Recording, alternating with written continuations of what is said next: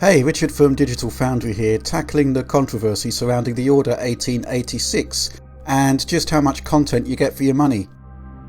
Video emerged last week on YouTube showing the game completed in 5 hours 30 minutes, putting the value of the game into question.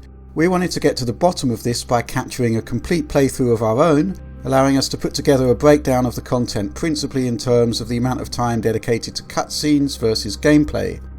On top of that, we also wanted to offer our thoughts on the quality of the experience, and that's something we'd rate as more important than the overall playtime. So here you're seeing our entire first run through the game, played back at 40 times speed.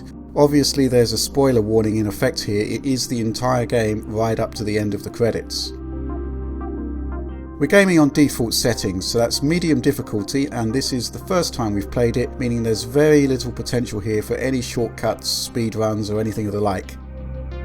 So to cut to the chase, we completed the order with an overall time of 6 hours 35 minutes, and you can add an extra 20 minutes on top of that if you fancy watching the complete run of credits. After that, we sifted through our captures, finding that around a third of that playtime was dedicated to unskippable cutscenes, a small minority of which also have basic interactive elements. QuickTime event button pressing, or a minor variation that sees you panning the camera to hover over an action point, which again leads to another QTE button press. Of the remaining time, combat occupied around 40% of our playthrough, while just over a quarter of the time was dedicated to traversal and exploration of the environments. A 5 hour 30 minute game completion time for the Order 1866 might be possible then, but you will be missing many of the intricate touches that developer Ready at Dawn integrated into the game, and for a title so rich in detail, so visually sumptuous, that's not something we really recommend.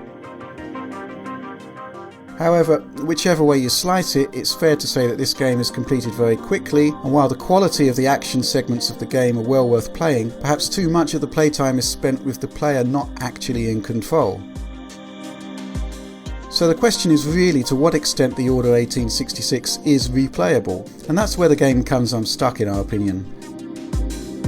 Short single-player game modes are commonplace, but in the case of this title there's no competitive multiplayer component, no co-op, and while increasing the difficulty level can draw out the shooting element somewhat, it doesn't add significant challenge to the exploration parts of the game, and of course the cutscenes are the same too.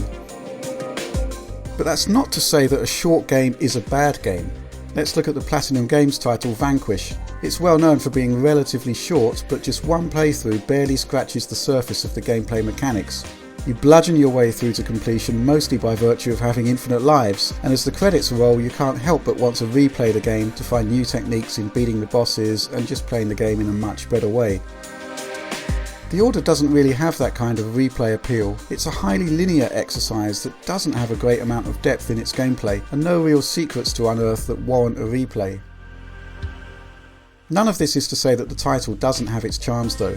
Ready at Dawn's PS4 rendering technology is simply stunning in motion and has to be seen to be believed. As far as we know, everything is rendered in-game in real time, there are no video cutscenes, and pretty much everything from start to finish looks spectacular. Similar to Crytek's Rise on Xbox One, the Order aims to show us the future of video game graphics. Lighting that accurately maps the way light reflects from different types of materials, ultra-detailed characters, and a level of post-process effects that further emphasise the realism. It's a supremely impressive presentation, but you can't help but get the feeling that Ready at Dawn has put this at the top of its development priorities, with the quality of the gameplay and the value for money impacted as a consequence. The experience trumps the gameplay then, leaving us a little disappointed in the overall package, which is over all too quickly. But similar to Rise, the Order 1886 is a fascinating preview of the future of video game graphics, and for many, that will make it unmissable.